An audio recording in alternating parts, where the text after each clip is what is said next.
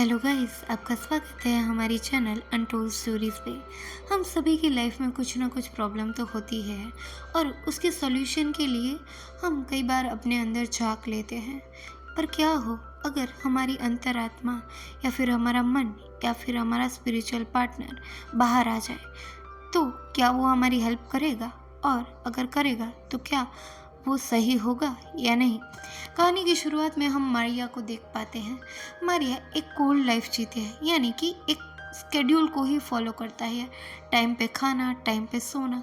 Even though उसकी family में उसकी मम्मा है जो उसके लिए काफ़ी कंसर्न रहती है, पर मारिया शायद खुद को बदल चुकी है। यहाँ से स्कूल जाते वक्त रास्ते में वो स्मोक करने लगती है अपनी दोस्त लिली के साथ। ना लिली उसकी नाम की ही दोस्त है, क्योंकि वो उसको हमेशा मुसीबत में फंसा के अकेला ही छोड़ देती है। दूसरी ओर हम देख पाते हैं कि स्कूल में यहाँ पे मारिया की कोई खास वैल्यू नहीं और हर बच्चा उसे परेशान करता है। जब वो मौका मिले तो उसको बुली कर ही देते हैं, पर इन सब से शायद लिली उसको बचाती है, ऐसा उसे लगता है, एज इफ वो उसकी इकलौती दोस्त है इस पूरे के पूरे स्कूल में। पर लिली भी कुछ कम नहीं। लिली का एक बॉयफ्रेंड है शॉन, और वो उसके साथ टाइम स्पेंड करती है तब मारिया को बहुत बुरा लगता है। यहाँ पे हम देख पाते हैं कि स्कूल के बहुत सारे पॉपुलर लड़के हैं, लड़कियाँ कपल है, पर मारिया बेचारी अकेली है। उनको देख के काफ़ी ज़्यादा जलस होती है, और जब लिली अपने बॉयफ्रेंड को इन फ्रंट ऑफ एवरीवन किस करती है तो उसके दिमाग के सारे पारे हिल जाते हैं कि काश शॉन उसे पसंद करता, काश शॉन उसका होता। पर खैर वो कुछ कर तो नहीं सकती। शाम को जब वो खाना खा रही होती है तब हम उसकी फैमिली से दोबारा मिलते हैं। उसकी फैमिली में जो उसके डैड है वो एक सर्जन है और उनको हर एक चीज़ परफेक्ट चाहिए। इन दोनों में से किसी को भी यहाँ पे अपनी बेटी की प्रॉपर फिक्र नहीं, उनके लिए अपने रूल्स इम्पॉर्टेंट है। यहाँ पे हम देख पाते हैं कि मारिया खुद को, अपने आप को बहुत ही ज़्यादा अकेला महसूस करती है, और उसकी प्रॉब्लम सुनने वाला भी यहाँ पे कोई नहीं। और छोटी बड़ी चीज़ में परफेक्शन करते करते वो अपनी लाइफ में बोर हो चुके हैं, पर अपनी फैमिली को वो ये सब बताए तो बताए कैसे। साथ ही साथ उसके पापा के परफेक्शन के साथ उसकी मम्मा टोटली मेंटली इंस्टेबल होने लगती हैं। जब वो रात को सोती हैं तो न जाने कोई दर्द की वजह से बहुत ज़ोर ज़ोर से चिल्लाती हैं। शायद उनकी लाइफ में कोई गहरा सदमा लगा है उनको, पर न जाने क्या वो किसी से बताती नहीं और अपने दर्द को अपने ही अंदर समेट के बैठ जाती हैं। यहाँ से सीन फिर से रात के डिनर पे शिफ्ट होता है। ना रात के डिनर के वक्त फैमिली डिस्कशन चल रहा होता है, जिसमें ऑब्वियसली यहाँ पे मारिया इन्वॉल्व नहीं है। उसके पिता डैन बताते हैं कि अभी मारिया को कोई बॉयफ्रेंड बना लेना चाहिए, क्योंकि उनकी यहाँ पे प्रॉम पार्टी होने वाली है, तो मारिया के साथ कोई तो पार्टनर होना चाहिए। तो उसे थोड़ा सा सोशल एक्टिव होना चाहिए और नए फ्रेंड्स बनाने चाहिए, ना कि ऐसे रहना चाहिए जैसे कि वो है। उसकी लाइफ काफ़ी ज़्यादा बोरिंग और इरिटेटिंग है, ऐसा उसके पिता का मानना है। पर ये सब करना तो शायद मारिया की चॉइस होनी चाहिए ना, पर इनके पेरेंट्स को इससे कोई फ़र्क नहीं पड़ता। उसको किसी के साथ होना चाहिए जान के मारिया अपसेट होकर अपने रूम में चली जाती है। रूम में अचानक उसके मिरर के पास उसे एक सोनोग्राफ मिलती है, जिसमें हम देख पाते हैं कि दो ट्विन बच्चे हैं, पर न जाने ये कौन है। और अभी मारिया की खुद की प्रॉब्लम इतनी थी कि वो इस चीज़ पे ध्यान नहीं दे पाती और उस चीज़ को वहीं पे छोड़ के यहाँ से बाथरूम की ओर चली जाती है। ना बाथरूम में शावर लेते लेते वो खुद को अकेला महसूस करती है, पर तभी वो आईने में कुछ हलचल महसूस करने लगती है, जिस बात से वो डर के यहाँ से भागने लगती है। और भाग के जाने के बाद उसे समझ आता है कि अगर वो अकेली थी तो वहाँ पे वो हलचल आखिर कैसी थी। इसी चीज़ को जानने के लिए वो दोबारा से बाथरूम के अंदर जाती है और एक बार फिर से अपने मिरर में देखती है। तब उसे समझ आता है कि उसका जो शेडो है, यानी उसका जो रिफ्लेक्शन है, वो उससे अलग तरीके से बिहेव करता है। ये जान के वो काफ़ी ज़्यादा डर जाती है और यहाँ से भागने की कोशिश करती है, पर भाग के जाएगी कहाँ, यही सोच के वो जानने के लिए उस मिरर के पास जाती है। पर उसका डर उस पे हावी हो जाता है। वो तो रात को सो भी नहीं पाती। अपने यही डर को डिस्कस करने के लिए जब वो अपने पापा के पास जाती है तो उसके पापा उसकी बात सुने बजाय उसे ये कहने लगते हैं कि उसे अपना हाल सुधारना चाहिए। ऐसे वो इतने बड़े सर्जन की बेटी है पर उसकी लुक तो देखो। तो वो जाए और जाके मेकअप लगा के आए। इतना वल्गर दिखने का उसको हक नहीं। ना ये जान के फिर से मारिया मिरर के सामने जाती है। इस बार भी वो देखती है कि उसका जो मिरर है वो उससे अलग एक्ट कर रहा है। अभी वो यहाँ से जाने लगती है और तभी रास्ते में उसे मार्क मिलता है। मार्क निहायत ही घटिया स्टूडेंट है और उसका एक एम है कि वो मारिया को ज़्यादा से ज़्यादा परेशान करे। पर वो जब उसको परेशान करने जाए उससे पहले ही वहाँ पे लिली आ जाती है। नाउ यहाँ पे लिली उसको लिफ्ट देती है अपनी नई कार में और फिर उसको पीछे बिठाकर ये दोनों कपल यहाँ पे काफ़ी ज़्यादा कुछ करने लगते हैं जो जान के मारिया को कुछ खास अच्छा नहीं लगता। ना यहाँ पे वो अपने आप को बड़ी मुश्किल से संभालने की कोशिश करती है पर मार्क यहाँ पे उसे छोड़ता नहीं और उसकी बहुत ज़्यादा इंसल्ट करने लगता है, उसको गिराता है और लोगों के सामने उसका मजाक बनाता है। पर तभी लिली का बॉयफ्रेंड शॉन आके मारिया की हेल्प करता है जो जान के मारिया काफ़ी ज़्यादा खुश होती है कि काश ये सच में मेरा ही बॉयफ्रेंड होता तो लाइफ कितनी इजी होती। यही सोचते हुए वो फिर से अपने घर में अपने ख्यालों में खो जाती है। रात जब वो बाथरूम में जाती है तो इस बार वो इस शैडो से बिना डरे उससे बात करने की कोशिश करती है तो वो रिफ्लेक्शन वाली लड़की बताती है कि वो एरम है और वो मारिया के दुख को महसूस कर सकती है। उसे पसंद नहीं कि मारिया को कोई इतना परेशान करे तो वो उसकी हेल्प करना चाहती है। वो उसको कई सारी चीज़ों में अच्छे से बूस्ट भी करती है और साथ ही साथ उसको अपने लिए स्टैंड लेने के लिए बोलती है जो जान के यहाँ पे मारिया दुखी होती है पर एरम डरती नहीं, उसे हौसला दे के ज़िंदगी जीने की बात बताती है। पर मारिया को समझ नहीं आता कि वो आखिरकार ये सब करेगी कैसे। तो यहाँ पे एरम उसे कुछ सजेशन देती है।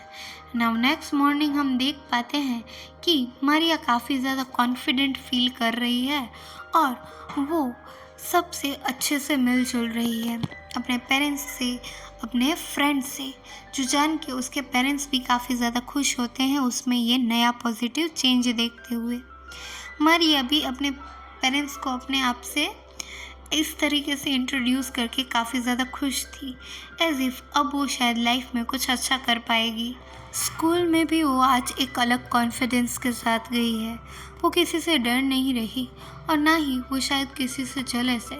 सभी से कॉन्फिडेंस से बात करना ये कोशिश में है पर शायद किस्मत को कुछ और ही मंजूर है। यहाँ पे वो लिली को अपनी बुराई करते हुए सुनती है। बाद में वो देखती है कि उसके पिता का भी किसी और औरत के साथ अफेयर है। नव ये सब जान के वो काफ़ी हद तक टूट जाती है कि आखिर उसकी लाइफ में ये सब कॉम्प्लेक्शन क्यों है। और इसी चीज़ के बारे में सोचते सोचते वो जब घर जा रही होती है तब मार्क उसको परेशान करने लगता है। ना जब मार्क उसको परेशान कर रहा होता है तो उसके डैड उसी के साथ होते हैं पर अपनी बेटी का साथ देने की बजाय वो उसे ही गलत ठहराते हैं कि उसे ऐसे दोस्त बनाना ही नहीं चाहिए, ये जानने बिना कि वो उसका दोस्त नहीं सिर्फ उसको परेशान करने के लिए आया है। नब ये सब अपना पेन लेके वो जब अपने पिता से ये सब कहने जाती है तो उसके डैड उसे बताते हैं कि उसका बर्थडे आने वाला है तो उसके डैड उसको एक अच्छा सा सरप्राइज़ देना चाहते हैं और साथ ही साथ वो उसके मेजरमेंट्स लेने लगते हैं जो काफ़ी ज़्यादा ऑड लगता है मारिया को, पर खैर वो इस चीज़ को इग्नोर कर देती है। शाम होते ही वो अपना सारा पेन लेके मारिया के पास चली जाती है, उसको अपनी आप बीती सुनाने लगती है। पर मारिया यहाँ पे उसे समझाती है कि पहले तुम रोना और डरना बंद कर दो, तुम्हें अपने लिए खुद ही लड़ना पड़ेगा और अगर तुम ये नहीं कर सकती तो तुम मेरी हेल्प ले सकती हो। पर मारिया कोई जवाब नहीं देती। हमें पता चलता है कि डैन यानी कि मारिया के पिता और उसकी वाइफ का झगड़ा हो रहा होता है। पर इन सब माहौल से खुद को दूर रखते हुए वो अपनी फ्रेंड लिली से स्केटिंग सीखने के लिए जाती है ना। लिली उसको मना तो नहीं करती, पर जब वो पहली बार फिसलती है तो वहाँ पे उसकी हेल्प करने के बजाय उसको और ज़्यादा इंसल्ट करती है कि तुम कुछ नया सीखने के लायक ही नहीं हो। ऐसा कह के वो उस ठंडी सी बर्फ़ में उसे अकेला ही छोड़ के यहाँ से आगे बढ़ जाती है। और जब वो घर पे जाती है तो वो एरम को ये सब बताती है ना। वो एरम एक बार फिर से उसे चॉइस देती है, पर इस बार भी मारिया कुछ जवाब नहीं देती। रात को इनकी एक प्रॉम पार्टी होती है जहाँ पे मारिया को बहुत ही ज़्यादा परेशान किया जाता है। उसको गिराना, उस पे खाना गिराना और उसको ह्यूमिलिएट किया जाता है। और इस बार मारिया टूट जाती है। तभी ऊपर से उसके डैड भी उसे बताते हैं कि उसके बर्थडे प्रेजेंट में वो उसको एक प्लास्टिक सर्जरी गिफ्ट करेंगे, जिससे मारिया के सब्र का बांध टूट जाता है और वो इस बार अपने आप को उस मिरर से टच करती है, जिस वजह से यहाँ पे मारिया मिरर में ट्रैप हो जाती है और एरम बाहर निकल आती है। एरम काफ़ी ज़्यादा कॉन्फिडेंट है, अपने गोल्स को लेके क्लियर है। किसी से डरना या रुकना उसका नेचर ही नहीं है, जिस वजह से वो यहाँ एक नए खेल की शुरुआत करती है जिसमें हर एक जीत मारिया की होगी और खेलेगी एरम। अगले दिन जब एरम सुबह जाती है स्कूल तो हम देख पाते हैं कि वो बहुत ही ज़्यादा कॉन्फिडेंट है और जो भी उसको परेशान करने की कोशिश करता है या सोचता भी है उनको अच्छे से सबक सिखाती है। मार के यहाँ पे प्लान में ही था कि वो मारिया को परेशान करे, पर एरम उसे एक तमाचा झड़ देती है और उसको अच्छा सा सबक सिखा देती है। यहाँ से जाने के बाद वो एक अननोन नंबर से अपने मम्मा को एक पार्टी में बुलवाती है और उस पार्टी में उसकी मम्मी के लिए एक बहुत बड़ा सरप्राइज़ वेट कर रहा था। ये एरम बहुत ज़्यादा कॉन्फिडेंट है, स्मोक करना, ड्रिंक करना इसके लिए कोई बड़ा इशू नहीं है। शाम होते एरम भी मारिया के पास जाती है और उसको अपना पूरा दिन बताती है, पर मारिया ये सब जान के दुखी होती है और चेंज होने की बात करती है, पर एरम सुनती नहीं। एरम के दिमाग में कुछ और भी प्लान्स थे। यहाँ से वो डिसाइड करती है कि वो मार्च से बदला लेगी, क्योंकि उसने मारिया को बहुत ज़्यादा परेशान किया था। तो मौका पाके वो उसको एक और बार पीट देती है अच्छे से। अगले दिन यहाँ पे वो बहुत अच्छे से स्केटिंग सीख चुकी थी, जिसके बाद लिली वहाँ पे आती है। लिली को अपने मूव दिखाते हुए वो बहुत ज़्यादा ह्यूमिलिएट करती है और जिससे यहाँ पे लिली काफ़ी ज़्यादा गुस्से में आके स्केट करने लगती है और वो गिर जाती है। गिर के वो ऐसा सर टकराता है उसका कि उसकी भी वहीं पे मौत हो जाती है। शायद अगर हम चाहती तो उसकी हेल्प कर सकती, पर शायद अभी उसके दिमाग में सिर्फ और सिर्फ बदला भरा है कि उसे लिली पे दया नहीं आई। यहाँ से जाने के बाद ये फिर से एक बार मारिया से बात करती है। मारिया उसको बहुत रिक्वेस्ट करती है कि वो जो कर रही है वो गलत है। मारिया कभी ऐसा नहीं चाहती, पर एरम यहाँ पे रुकने वाली नहीं थी, वो कुछ एक्सट्रीम करने वाली थी। वो यहाँ से जाने का फैसला कर चुकी थी और एक आज़ाद पंछी की तरह उड़ना चाहती थी। यहाँ पे हमें पता चलता है कि लिली की मौत के बाद शॉन और एरम एक साथ आ चुके हैं और धीरे धीरे वो एक दूसरे के बहुत ज़्यादा करीब आने लगते हैं।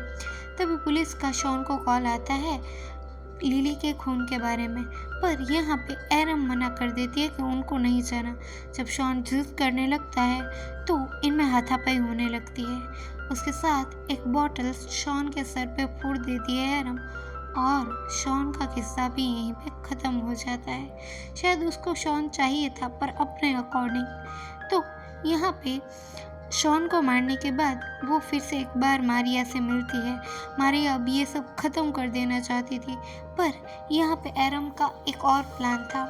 यहाँ पे हमें पता चलता है कि जो एरम की मम्मा है, यानी कि एरम और मारिया की मम्मा है, उनको ट्विन बेबी थी, पर जो दूसरा बच्चा था यानी कि एरम वो डिफॉर्म थी, जिस वजह से उसके डैड एक सर्जन थे जिन्हें हर चीज़ परफेक्ट और सुंदर रहना चाहिए, और एरम को ऐसे रूप में देख के उन्होंने उसको मार दिया, जिस वजह का सदमा आज भी उसकी मम्मा के मन में है।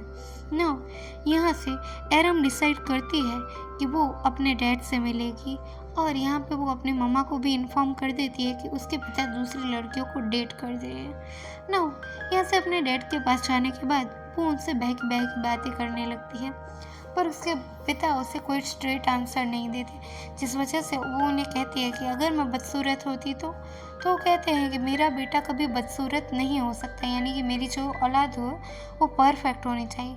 जो सुन के वो अपने पिता का गला काट देती है, और इसी के साथ ये कहानी यहीं ख़त्म हो जाती है।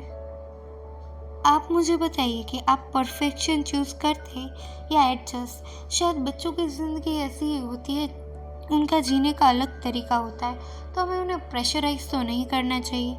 आज के लिए बस इतना ही। आप अगली कहानी कौन सी सुनना चाहेंगे प्लीज़ हमें कमेंट्स में बताइए, and thank you so much for the watching.